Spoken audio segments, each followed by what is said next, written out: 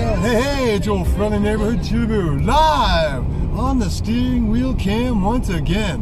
Another steering wheel story today, eh? And you join me for a doobie break.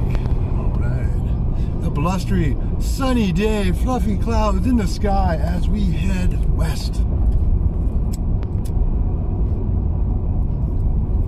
You probably see that over my shoulder. Anyways, brothers and sisters, today is a story about once upon a time I interacted with a federal alphabet agency up here in Canada. And this particular agency you may have heard of. It's called See-Sis. And See-Sis is the Canadian Security Intelligence Services. They're basically Canada's version of the FBI and CIA combined, because See-Sis agents get to do hanky shit in Canada and abroad. All right. Flashback, I guess almost 30 years now. A young boo was living in Toronto. A young boo was dating a girl by the name of Linda, of Austrian descent from Graz. Anyways, Linda worked as an editor of a small newspaper at the time, and Boo was doing what Boo does. Anyways, since her family was from Graz, Austria, they were basically German immigrants to an extent that had come over to Canada in the early 60s and had their family and established themselves. Kudos to them. So they didn't like me too much. They referred to me as, "We don't like that guy. He's no good. He's a lazy Canadian." Now, I found that pretty fucking laughable simply because I work 2 full-time jobs, but we're not here to talk about my fucking work history.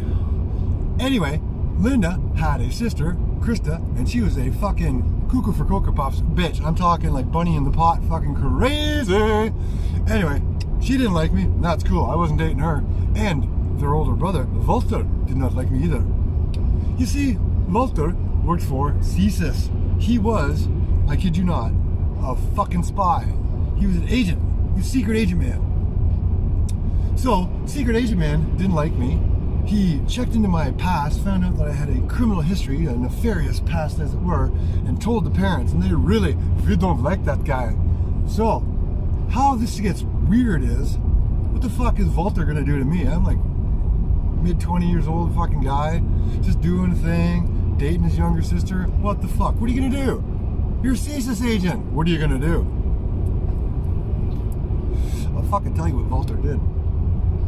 At that time, I was finishing up a couple of years of being on probation because I did some things that were illegal from time to time when I was a younger man. Now, this guy actually went to my probation officer and said, "I don't want this guy dating my sister. You have to tell him to stop dating my sister." And my probation officer's like, "What the fuck are you talking about? I can't do that. He's not doing anything wrong. He's employed. He's adhering to his conditions. What the fuck's your problem?" So you'd think that's the end of the story with Walter fucking, trying to shake my fucking tree. No, not quite.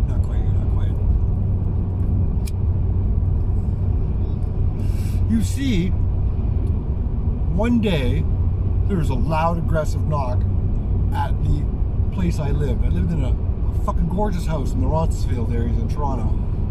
And a bump coming up here. Anyways, I was working construction. I rented a room there. It's making good money. And I'm home that one particular day. And boom, boom, boom, boom.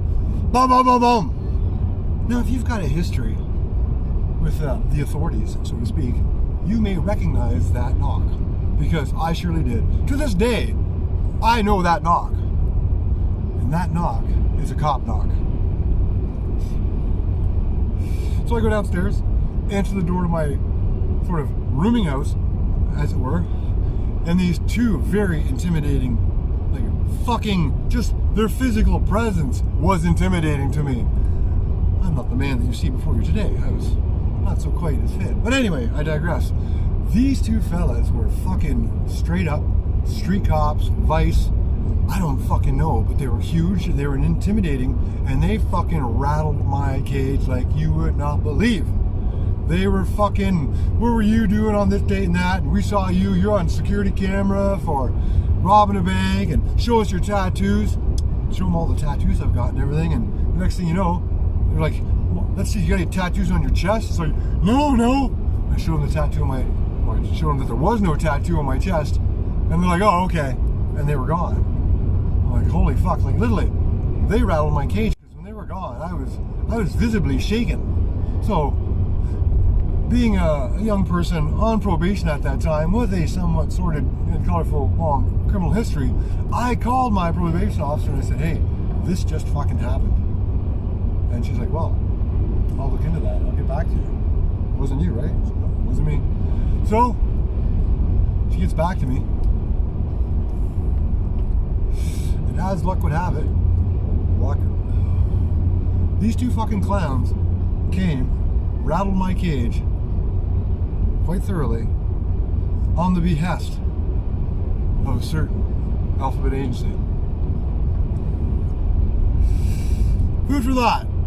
If they're gonna do that to some fucking kid who's dating somebody's fucking sister, what are they gonna do if you're online making noise?